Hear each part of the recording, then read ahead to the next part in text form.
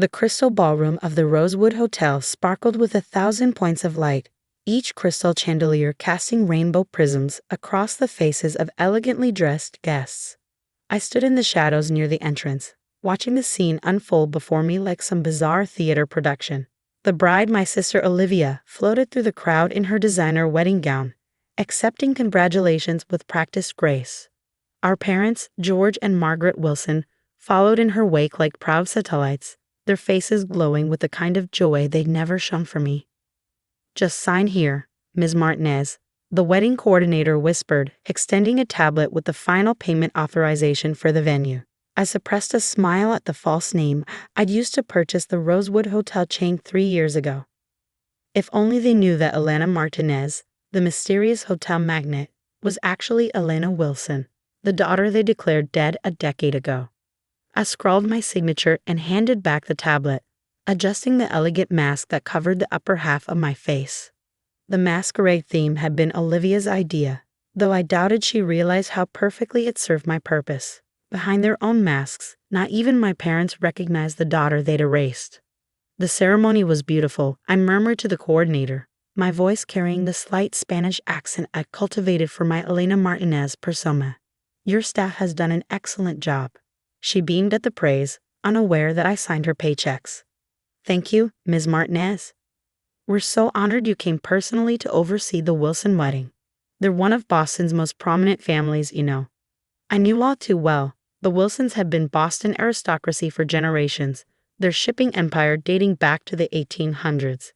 That legacy of success and perfection had been everything to my parents, and the reason they found it so easy to erase their defective daughter. My crime? Refusing to marry the man they'd chosen for me, the heir to a rival shipping company. At 22, fresh out of business school with dreams of modernizing the family company, I dared to suggest that arranged marriages were outdated, that maybe the shipping industry needed innovation more than it needed mergers through matrimony. The argument that followed still echoed in my nightmares. My father's rage, my mother's cold disappointment, and finally the ultimatum: marry Jonathan Porter or be cut off completely. I chose freedom. The next morning, I emptied my trust fund, a mere $50,000 they'd forgotten to freeze, and disappeared. I spent the first month in a cheap motel, teaching myself everything I could about modern business practices, digital transformation, and venture capital. I changed my appearance, adopted a new accent, and built Elena Martinez from scratch. What I didn't know then was that my parents had chosen to deal with my departure in the most dramatic way possible. Instead of admitting their daughter had defied them, they told everyone I died in a sailing accident off the coast. They even held a funeral, complete with an empty casket and tearful eulogies about their beloved Elena, taken too soon. I learned about my own death 6 months later when I tried to contact my younger sister. The email I sent bounced back, but not before I saw her social media profile picture, Olivia in black, standing beside our parents at my memorial service. That was the moment Elena Wilson truly died and Elena Martinez was born. "Ms. Martinez?" The coordinator's voice pulled me back to the present. "Would you like to be seated for dinner?" I nodded, following her to a table near the back of the ballroom. Close enough to observe everything, far enough to maintain my cover. The irony of paying for my sister's wedding venue and owning the mansion our parents still lived in wasn't lost on me. Over the past decade, I'd systematically purchased every property the Wilsons used, every hotel they frequented, and a controlling interest in most of their business partners. They just didn't know it yet. My father's voice suddenly carried across the room, loud enough to reach my table. "Everyone, if I could have your attention, please." The crowd quieted as George Wilson raised his champagne glass. He cut an impressive figure in his tuxedo, silver hair gleaming under the chandeliers. 10 years had added distinguished lines to his face, but hadn't diminished his commanding presence. "Today is a day of joy, celebrating the marriage of my only daughter, Olivia, to the love of her life." Only daughter. The words hit like a physical blow, even after all these years. "But it's also a day tinged with bittersweetness," he continued, his voice thick with practiced emotion. "I can't help but think of our beloved Elena, Olivia's sister, who left us far too soon. She would have loved to see this day." Beside him, my mother dabbed at her eyes with a monogrammed handkerchief, the perfect breathing mother still mourning her lost child. If only they knew that lost child was sitting 30 feet away, controlling more wealth and power than the Wilson family had accumulated in 6 generations. A server appeared at my elbow. "More champagne, Ms. Martinez?"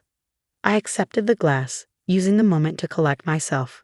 I hadn't come here for revenge, or at least, that's what I told myself. I'd built my empire through genuine innovation, transforming struggling businesses into modern powerhouses.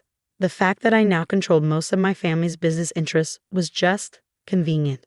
Such a shame about their older daughter. The elderly woman seated beside me whispered, clearly hoping to share gossip with the mysterious hotel owner.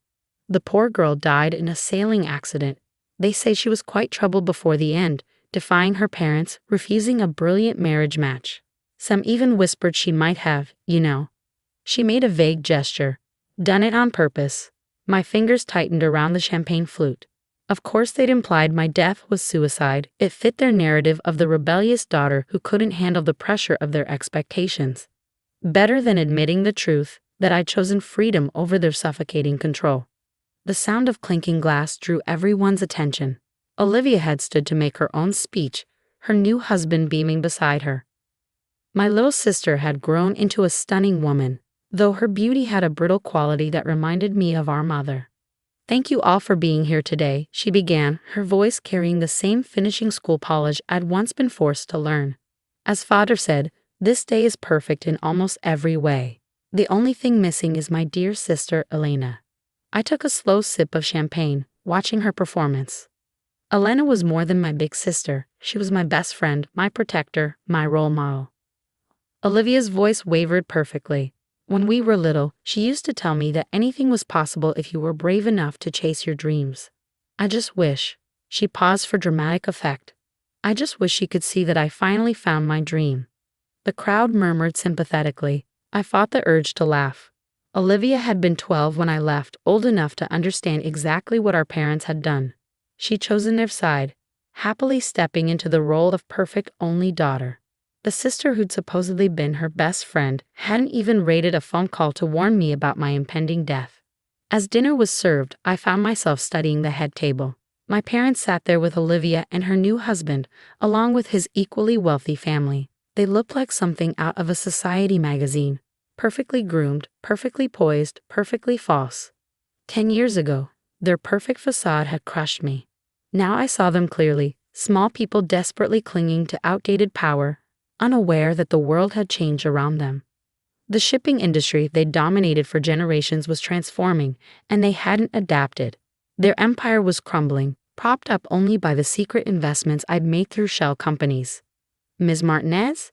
A man in an expensive suit approached my table.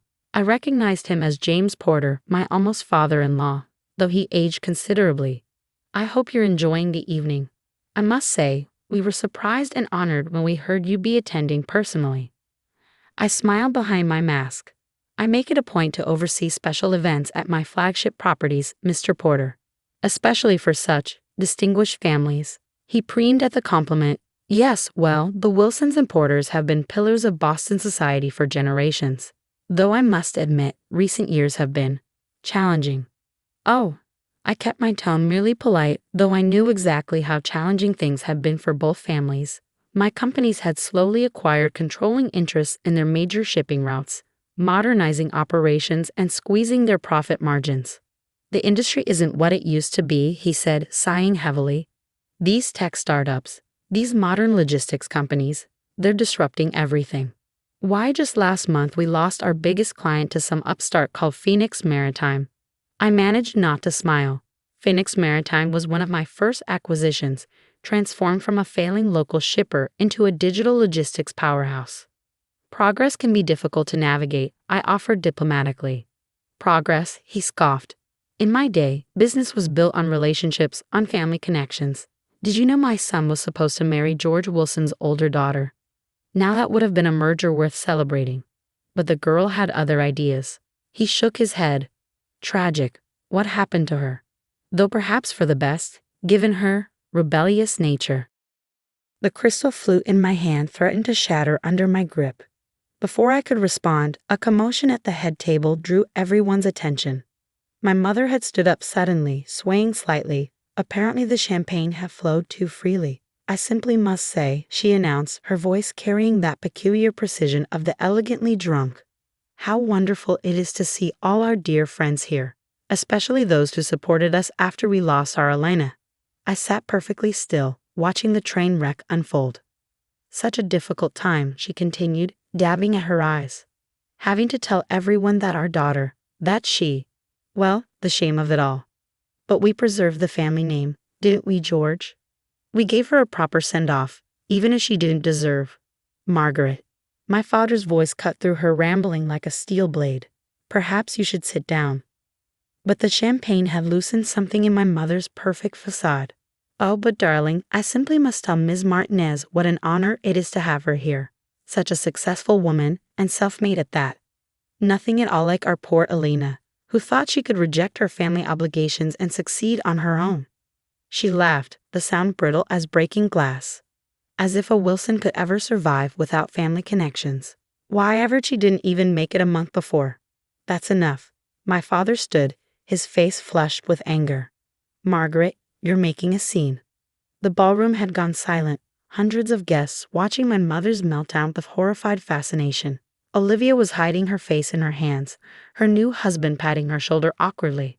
I stood slowly, my chair scraping against the marble floor. The sound drew my mother's attention, and she focused on me with the unsettling intensity of the truly drunk. Ms. Martinez, she called out, you simply must tell us your secret. How does a woman with no family name, no connections, build such an empire? My Elena thought she could do the same, you know. Thought she was smarter than generations of Wilson business sense. And now she's what, mother? The words left my mouth before I could stop them, my careful accent slipping. My mother froze, something flickering across her face. Recognition, impossible as it was. But the moment passed. She blinked at me owlishly, confused by the question from a stranger. My father had reached her by then, taking her arm firmly. I apologize for my wife, he said smoothly. The excitement of the day combined with the memories. Please, everyone, enjoy your dinner. He led my mother away, probably to sleep off the champagne in one of the hotel's luxury suites. Suites I owned, in a hotel I owned, just like I owned the mansion they still lived in and controlling interest in the companies they thought were still theirs. I sank back into my chair, hands trembling slightly. I'd come too close to revealing myself, letting old pain override a decade of careful planning. The elderly woman beside me patted my arm sympathetically. Don't mind them, dear, she said. Old money families like the Wilsons, they can't handle change. Today's world belongs to people like you, self-made, forward-thinking. Why, I heard your hotel chain is expanding into shipping and logistics now. Among other things, I murmured, recovering my accent. She had no idea that my hotel chain was just the tip of the iceberg. Through various shell corporations and holding companies, Elena Martinez controlled an empire worth billions, built specifically to systematically dismantle everything the Wilsons had ever valued. The rest of dinner passed in a blur of small talk and subtle observation. I watched my sister dance with her new husband, my father smooth things over with embarrassed guests, my mother nowhere to be seen. They looked exactly like what they were, relics of a dying era, clinging to appearances while their real power slipped away. When I finally stood to leave, the wedding coordinator rushed over. Ms. Martinez, will you be staying the night? We've prepared the presidential suite. No, I said quietly, watching my father lead a round of toasts. I think I've seen enough family drama for one evening. She laughed nervously, clearly uncertain how to respond to her boss's dry tone. I handed her a thick envelope, a wedding gift for my sister, though she'd never know who it was really from. Make sure the bride and groom have everything they need, I instructed, and send some water and aspirin to Mrs. Wilson's room. She'll need it tomorrow. As I walked out of the crystal ballroom, I heard my father's voice one last time, to family, the most precious thing we have. I didn't turn around. Elena Wilson was dead, after all, they'd made sure of that themselves. But Elena Martinez was very much alive, and she was just getting started. In my car, I pulled out my phone and dialed my assistant. Maya, execute phase 2. It's time the Wilsons learned exactly who they're dealing with. The next few weeks would change everything. But that's another part of the story. The morning after Olivia's wedding, I sat in my penthouse office overlooking Boston Harbor. watching the Wilson shipping vessels crawl across the water like tiny, obsolete insects. My mother's drunken outburst had accelerated my timeline, but perhaps that was for the best. 10 years of silent accumulation had positioned all the pieces perfectly. Now it was time to play the game. The numbers are in from last night, Maya announced, entering with her tablet. My assistant of 8 years was the only person who knew both Elena Martinez and Elena Wilson. The Wilson Porter wedding cost them just over $300,000. They put it all on credit. I nodded, unsurprised. And their current financial position? Critical. Maya pulled up detailed spreadsheets. Wilson Shipping's quarterly losses have hit $12 million. They've mortgaged everything they own, which technically means they've mortgaged everything you own since you hold all their properties through shell companies. They're 3 months behind on payments to Phoenix Maritime, which means they're 3 months behind on payments to me. I finished. What about the Porter merger they're counting on? James Porter's company isn't in much better shape. The merger would be like tying 2 stones together and expecting them to float. I smiled, remembering James Porter's condescending comments at the wedding. The man who'd once thought himself worthy of arranging my marriage was now drowning in debt, his company hemorrhaging clients to my more efficient operations. Send notices to all their major clients, I instructed. It's time for Phoenix Maritime to raise its rates. Let's see how many stay loyal to outdated shipping methods when modern logistics could save them millions. Maya made a note, then hesitated. There's something else. Your father has called an emergency board meeting for Wilson Shipping tomorrow morning. Finally, I've been waiting for this moment, carefully orchestrating it through a decade of strategic moves. Prepare the paperwork. It's time for Elena Martinez to make her first public appearance at Wilson Shipping. Are you sure? Maya's concern was evident. Once you start this. They buried their daughter to save face, I said quietly. Now they'll learn exactly what that decision cost them. The next morning, I dressed with particular care. A blood-red Armani suit that projected power, Louboutin heels that clicked like weapons on marble floors, and a small gold compass pendant that had once belonged to my grandmother. The only Wilson who had truly loved me. The Wilson Shipping headquarters hadn't changed in 10 years. The same imposing granite building, the same brass nameplate declaring founded 1847. The same portrait of my great-grandfather glowering in the lobby. But there was an undercurrent of tension today. Nervous whispers and darting glances as employees noticed my arrival. Ms. Martinez. The receptionist jumped to attention. We weren't expecting. That is, the board meeting is private. Not anymore. I handed her a thick envelope. My credentials. As the majority shareholder of Phoenix Maritime and holder of significant Wilson Shipping debt, I have every right to attend. Her hands shook as she verified the paperwork. I watched her face pale as she realized exactly how much power Elena Martinez wielded. Of course. 14th floor boardroom. The elevator ride gave me a moment to center myself. In my ear, Maya's voice provided updates through a discreet earpiece. All board members present. Your father's trying to push through an emergency restructuring plan. He still thinks he can save the company without outside help. The boardroom doors were heavy oak, stretching from floor to ceiling. I paused for a moment, hearing familiar voices through the wood. Can't accept these terms, my father was saying. Phoenix Maritime is trying to steal our company piece by piece. We don't have a choice, George, another voice responded. We're bleeding clients, our ships are outdated, and this mysterious Elena Martinez owns half the ports we use. I pushed the doors open. The conversation died instantly. 12 men in expensive suits stared at me. Old money, old power, old ideas. At the head of the table, my father stood frozen mid-gesture, his face darkening as he recognized the woman who'd attended his daughter's wedding. Ms. Martinez, he managed finally. This is a private meeting. Not anymore. I strode to the table, my heels echoing in the silence. Please don't let me interrupt your discussion of my company's terms. Your company? He spat the words. Phoenix Maritime is nothing but an upstart using digital gimmicks to steal established clients. Wilson Shipping has survived for 6 generations, and will survive for precisely 12 more days. I cut in smoothly. Unless you accept the merger terms I'm about to offer. I placed a folder on the table.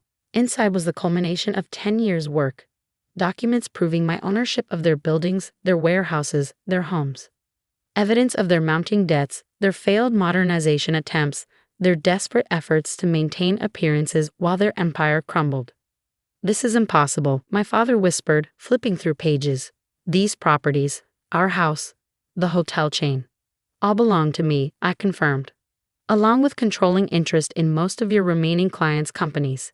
Face it, Mr. Wilson, you're not just losing, you've already lost." He slammed the folder down. "Who are you? Some tech billionaire trying to dismantle a legacy business. You have no idea what family tradition means." I felt my carefully constructed mask crack, just a little. Family tradition. I took off my designer sunglasses, meeting his eyes directly, like the tradition of forcing your children into loveless marriages, or the tradition of declaring them dead when they refuse to comply. The color drained from his face. "No," he whispered. "It's not possible." Elena, one of the older board members, breathed, recognition dawning. "My God, Elena Wilson." I smiled, not pleasantly. "Elena Martinez, actually. I took the name after you killed me. Makes for a better corporate image than being the dead daughter of a failing shipping magnate." Chaos erupted in the boardroom. Board members shouted questions. My father stumbled back into his chair, and somewhere in the building an emergency alarm began to wail. "Enough." My voice cut through the noise like a whip. "You have exactly 24 hours to accept the merger proposal. If you refuse, I call in all outstanding debts and sell your remaining assets to my subsidiaries. Your choice." I turned to leave, then paused at the door. "Oh, and father, you might want to check on mother. I hear she's still recovering from quite a spectacle at Olivia's wedding." Security guards burst in as I walked out, responding to some panic button my father had probably pressed. I smiled at them as I passed. They worked for me too, though they didn't know it yet. In the elevator, Maya's voice came through my earpiece. "Well, that was dramatic." "They always love theatrics," I replied. "I learned from the best. Your mother's waiting in the lobby." I stiffened. "What?" "She arrived about 5 minutes ago. Looks like she's mostly recovered from the champagne." The elevator doors opened and there she was. Margaret Wilson, Boston society matron. Perfectly coiffed even in the middle of her world collapsing. She stood near the great-grandfather's portrait, and for a moment I saw myself at 18, standing in that same spot while she lectured me about family duty. "Ms. Martinez," she said as I approached, her voice brittle as frozen glass. Or should I say, "Elena will do." I cut her off. "But only in private. Publicly, I'm still very much dead. Your choice, as I recall." She flinched. We did what we had to do. For the family name. "The family name?" I laughed, the sound echoing off marble walls. "Take a look around, mother. The Wilson name isn't worth the brass it's engraved on. The only thing keeping this company afloat is my money, which makes it my name on the line." "You're enjoying this," she accused. "Destroying everything we built." "No," I stepped closer, close enough to smell her familiar perfume. "I'm saving everything you destroyed. The company will survive, modernize, grow. The Wilson name will continue, just not in Wilson hands." Her perfectly painted lips trembled. We really thought you were dead, poverty-stricken, failed?" I supplied. "You thought your rebellious daughter couldn't possibly succeed without the family's help. That's why you erased me, because the alternative was admitting you might be wrong." A tear slipped down her cheek, carving a path through expensive foundation. "Elena, please. We can fix this. Come home." I'm not that naive girl anymore. I walked past her toward the entrance. "You have 24 hours to accept the merger. Don't worry, I'll let you keep the house. Consider it a wedding gift to Olivia." Outside, my driver held the car door. Boston's summer sun felt warm on my face, so different from the artificial chill of the Wilson building. I looked back once, seeing my mother's silhouette through the glass doors, small and lost in the lobby of her crumbling empire. Maya was waiting in the car. "Phase 2 complete," she reported. "The board is in chaos, our lawyers are standing by, and rumors already spreading through the financial district. What's our next move?" I checked my phone, seeing dozens of missed calls from my father, from board members, from family friends suddenly realizing who Elena Martinez really was. Let them talk.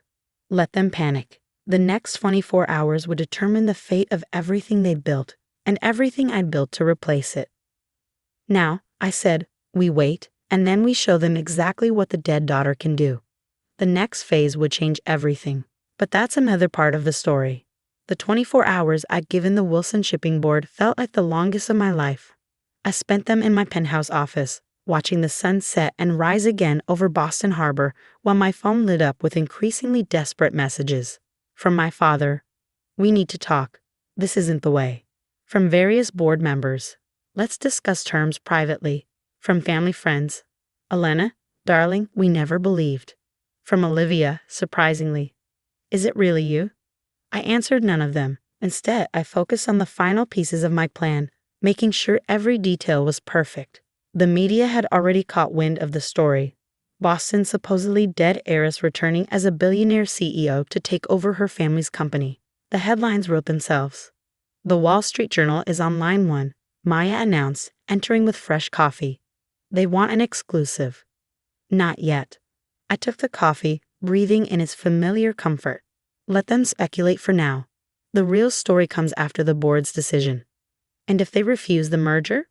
I smiled, remembering my mother's face in the lobby. They won't. Right on cue, my phone buzzed with a message from the board's secretary. The vote was in. Unanimous acceptance of Phoenix Maritime's merger terms. My father hadn't even voted against it. Perhaps he finally recognized the inevitable. Set up the press conference, I told Maya. 2 hours, main lobby of Wilson Shipping. Tell them Elena Martinez will be making a major announcement. And Elena Wilson. I touched the compass pendant at my neck, thinking of my grandmother. She's done hiding. The lobby was packed by the time I arrived. Reporters jostled for position, cameras flashed, and a crowd of Wilson Shipping employees lined the balconies above. My father stood with the board members on a small stage, looking like he aged a decade overnight. I made them wait 10 minutes, a small petty pleasure, but I'd earned it. When I finally walked in, the crowd fell silent. I wore Wilson blue today, a power suit that matched the company's logo, with my grandmother's compass catching the light. No more hiding behind sunglasses or Spanish accents. "Thank you all for coming," I began, stepping to the podium. "My name is Elena Martinez, or, as some of you might remember, Elena Wilson." The room erupted. Cameras clicked frantically, reporters shouted questions, and somewhere in the crowd, I heard my mother gasp. I held up a hand for silence. 10 years ago, the Wilson family announced my tragic death, a sailing accident off the coast. The truth is somewhat less dramatic. I simply refused an arranged marriage and left to build my own life. My parents, finding this embarrassing, chose to bury an empty casket rather than admit their daughter had defied them. My father stepped forward, face dark with anger, but security, my security, held him back. In the decades since, I continued, I built what they said was impossible. Phoenix Maritime revolutionized shipping logistics, embracing modern technology while companies like Wilson Shipping clung to outdated methods. We grew rapidly, acquiring ports, properties, and clients, including many former Wilson assets. I turned to face the board members directly. Today, I'm announcing the merger of Wilson Shipping with Phoenix Maritime. The Wilson name will continue, but the company will be completely restructured. All current board members will be retiring with generous compensation packages. More chaos, more shouted questions. I noticed Olivia slip into the back of the room, still in her honeymoon tan, watching with wide eyes. "And now," I said, "I'll take questions. Ms. Wilson, did your family know you were alive?" "No, they were quite committed to my death." "Ms. Martinez, how did you build your empire?" "The same way I would have modernized Wilson Shipping, had I been allowed, by understanding that tradition without innovation is just slow decay." "Mr. Wilson, your response to your daughter's return?" My father stepped forward, and for a moment I saw something crack in his proud facade. "Elena, we thought. You thought I'd fail," I finished for him. "That's the problem, father. You never saw who I really was." He aged another decade before my eyes. "We did what we thought was right." "No," I corrected quietly. "You did what was easy. Erasing you was easier than admitting I might have had better ideas. Declaring me dead was easier than explaining why I left. Even now, giving up control is easier than watching your company collapse under its own weight." "Elena," my mother's voice, somewhere in the crowd. "Please." I ignored her, addressing the reporters again. "The merged company will retain the Wilson name out of respect for its history. But make no mistake, this is a complete transformation. We're moving into the future, whether the old guard likes it or not. More questions flew, but my attention was caught by Olivia pushing through the crowd. She looked different from the polished bride of 2 days ago, younger somehow, more like the sister I remembered. You were there, she said, reaching the stage. At my wedding. You watched us all. Pretend to mourn me. I raised an eyebrow. Yes. I knew. Her voice dropped so only I could hear. Sometimes I'd look at old pictures and think I saw you in the background. At charity events, business functions, I thought I was going crazy. You aren't. Why didn't you tell me? Back then, when they first. Would you have kept my secret? I studied her face, seeing the answer. No, you were always their perfect daughter. The one who'd never disobey. She flinched. I was 12. Old enough to know right from wrong. I softened slightly, seeing real pain in her eyes. But young enough to be afraid of ending up like me. A tear slipped down her cheek. I missed you. The real you, not the sanitized dead sister they talked about at parties. For the first time, I felt my own composure crack. I missed you too. But I couldn't be who they wanted. I had to be myself. Ms. Martinez. A reporter's shout broke the moment. What happens to the Wilson family now? I turned back to the crowd, professional mask firmly in place. They'll retain their personal assets, those that aren't already legally mine, and receive fair compensation for their shares. I'm not here for revenge. I'm here to save a company that lost its way. And the family relationships. I looked at my father, defeated on his stage, my mother crying quietly in the crowd. Olivia, torn between the sister she'd lost and the parents she'd chosen. Some things, I said quietly, can be fixed with money or business deals. The Wilsons declared their daughter dead rather than accept her choices. That doesn't go away just because she came back successful. The press conference wound down after that. Reporters got their sound bites, photographers got their shots of the prodigal daughter triumphant, and gradually the crowd dispersed. I stayed on stage, watching my parents huddle with their lawyers while Olivia hovered uncertainly between us. Maya appeared at my elbow. The papers are ready to sign. Private conference room. I nodded. Give me a minute. When the lobby was almost empty, I walked to where my parents stood. Up close, they looked old and tired, nothing like the towering figures of my childhood. The lawyers will explain everything, I said professionally. You'll be comfortable. The house is yours for life, the vacation properties too. I'm not interested in leaving you destitute. Just powerless, my father said bitterly. Like you left me? I smiled without warmth. The difference is, I'm giving you a choice. Sign the papers, accept a comfortable retirement, maybe even try to rebuild something resembling a real family relationship.